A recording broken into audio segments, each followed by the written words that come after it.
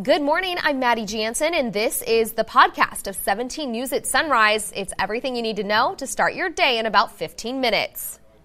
Working in the spirit of the Golden Empire, this is 17 News at Sunrise. Good morning. Tonight's the night the California City Police Department swears in new officers. Why this is such a huge step for the desert community and what else the department is expected to give its current officers. She invested her time with students, and even though she's gone, her investment will continue. The way a local teacher killed in the Las Vegas mass shooting is being honored, and how it will help the students at the school she called home. It's Virginia. The Cavaliers win the national title in basketball. The reason the win is so special for UVA. Today's Tuesday, April 9th, 2019.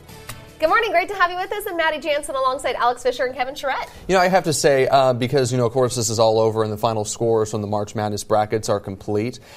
You made it. You have a few points on there. Do you know how many points you have? 44. Out of how many? Well, I think Tabitha had 100 and something. Skating by, Maddie. That's true. I forgot to finish the entire bracket. Oh, okay. So it's not complete. So, well, you have some points on that bracket. But anyways, I saw your name at the bottom of the list, but still went, congratulations, Maddie, 44 points. All right. Well, there you go. And I'll just say, I didn't have a bracket. I'm not a huge college basketball fan, but I was a fan last night. Didn't care which team, but it was exhilarating all the way to the end. Very it didn't matter exciting if you game, like Virginia or Texas Tech. It was exciting all the way to the end. So congratulations. And there's a little bonus in there, too, because of the overtime. Because of the overtime, close game, right down to the wire. And so I know there's a lot of celebrations going on today in Virginia. Yeah. Absolutely. Yeah, we've got a lot to come on that. And on the weather front, we've got some clouds out there this morning. And yes, a slight, and I say it again, slight chance of a shower this morning. But I really think the headline for everybody in Kern County today is going to be the winds that are going to pick up this afternoon. We'll be right near 70 degrees, and I think by 3 o'clock we'll actually be looking at partly sunny skies. But as we progress into the afternoon, those winds will really pick up, and I just have a 20% chance of a shower in here through noon. And then for the mountains, 52 degrees right now in Tehachapi. You have a west-northwest at 21. You have a high wind warning going in place this afternoon. We'll be talking more about that in just a little bit. Starting out in the upper 40s and then 50s this afternoon. A very slight chance of a shower for you, and also a very windy day.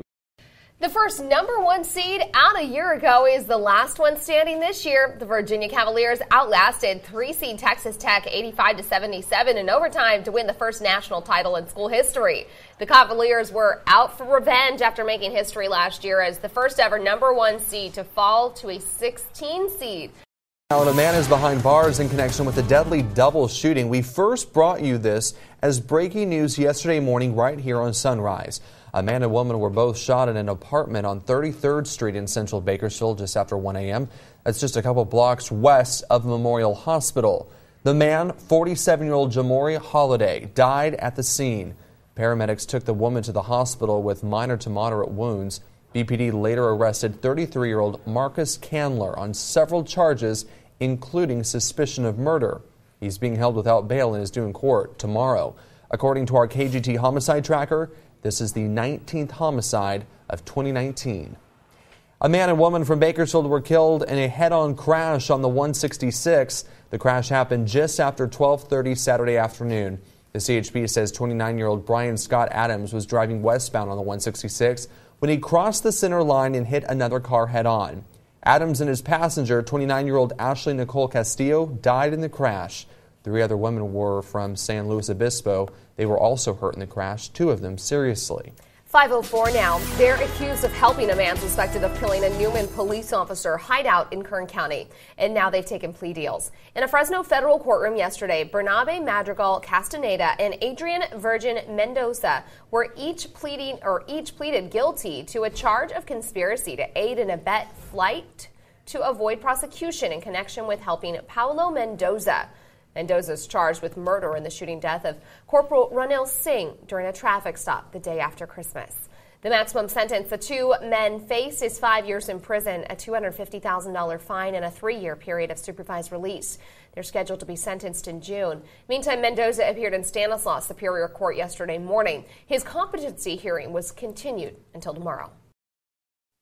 In honor of National Crime Victims' Rights Week, the Kern County District Attorney's Office is once again organizing the Crime Victims' Rights March. The annual event will have a focus on the families of loved ones whose murder cases have not been solved. The mothers of the Bakersfield Three plan to be at the march today. It starts at 4 o'clock this afternoon at the Liberty Bell in front of the courthouse. Then at 5:30, attendees will march from the Liberty Bell to Mill Creek Park. California City will also be honoring Crime Victims Week tomorrow night. Law enforcement will stand with families of victims who are still waiting for their cases to be solved.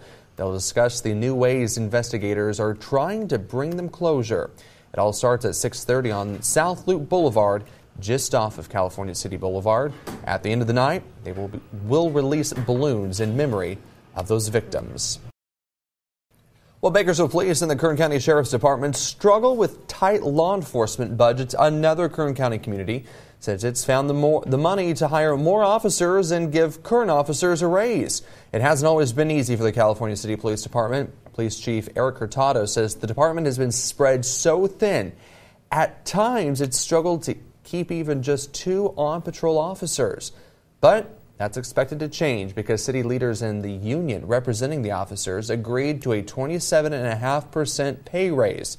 The department also plans to hire 7 new officers by the end of the year. We think that this will be the start of a good future for the department, and we'll be able to see more and more men and women apply for officers for our department. The money is coming from a property tax California City voters passed last summer. 2 more officers will be sworn in at tonight's City Council meeting. The Cal City Fire Department is up for a pay raise as well. And it's about to be official. Arvin's new police chief, Scott Kimball, will be sworn in at tonight's City Council meeting. Kimball is the former McFarland police chief and led the department since 2015. The Arvin City Council meeting begins tonight at 6 o'clock. Thanks to a local car club, it's going to be a fun summer for dozens of kids. Last night, the Bakersfield Car Club Council presented a check for $28,000 to the Society for Disabled Children. It's enough to pay for Camp Blue Jay, a program where kids with disabilities get a week-long outdoor camping experience. I'm really happy and grateful and amazed at how much they do for us. I'm really, really thankful for what they do for us. Camp is important to me, and it's important to all the other kids. I'm very grateful. The club raised the money at the Super Cruise Car Show last month. This was the 22nd year the club has put on the show. The clock is ticking. The tax filing deadline is less than a week away. And for most taxpayers, Monday, April 15th is the cutoff date. But don't worry if you haven't filed yet. There's still time. Mary Maloney has some last-minute tips. Time is running out if you haven't submitted your tax return yet.